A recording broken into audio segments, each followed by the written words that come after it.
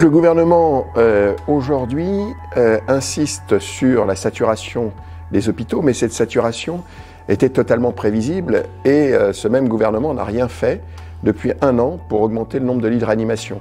Parce que si le nombre de malades augmente, nous sommes très loin du taux d'occupation des lits en réanimation que nous avons connu au printemps dernier. L'échec est dû au fait que nous n'avons pas gardé un potentiel de lits ouverts suffisant pour pouvoir gérer de manière adaptée la deuxième vague que nous avons connue à l'automne et maintenant cette troisième vague qui était totalement prévisible. Ce qu'on ne connaissait pas, c'était les dates. Si on prend la région Île-de-France, il est clair que nos collègues étrangers hallucinent quand nous leur expliquons que pour une métropole de 12 millions d'habitants, nous n'avons que 1200 lits de réanimation. Si nous avions effectivement, ce qui aurait été souhaitable, 2000 lits armés, c'est-à-dire des lits armés, c'est des lits installés dans des locaux adaptés avec du personnel affecté de manière définitive, ce qui n'a pas été fait. Donc on insiste sur le fait que nous manquons de personnel. Oui, il est clair qu'on ne s'improvise pas infirmière ou aide-soignante en réanimation du jour au lendemain, mais pourquoi a-t-on laissé partir dans leur service des personnes qui étaient volontaires au mois de mai dernier?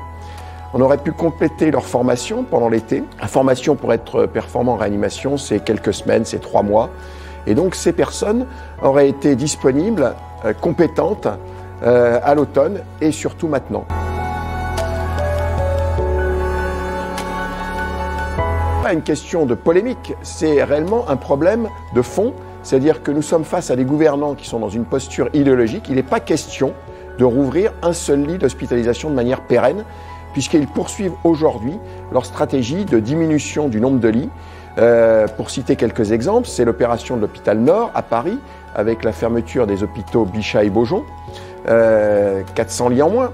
Plutôt que s'occuper d'ouvrir des lits de réanimation, le directeur général de l'assistance publique, Martin Hirsch, s'est employé ces dernières semaines pour aller convaincre le conseil municipal de Saint-Ouen que cette opération était une opération qu'il fallait accélérer. Nous avons la même situation à Nantes, à Orléans, à Nancy. L'urgence aujourd'hui est d'ouvrir des lits et de les garder ouverts pour les semaines, les mois qui viennent, l'automne prochain, l'hiver prochain, parce que nous aurons de nouveau des malades, Covid ou pas Covid. De toute façon, depuis 15 ans, nous manquons de lits en réanimation en France.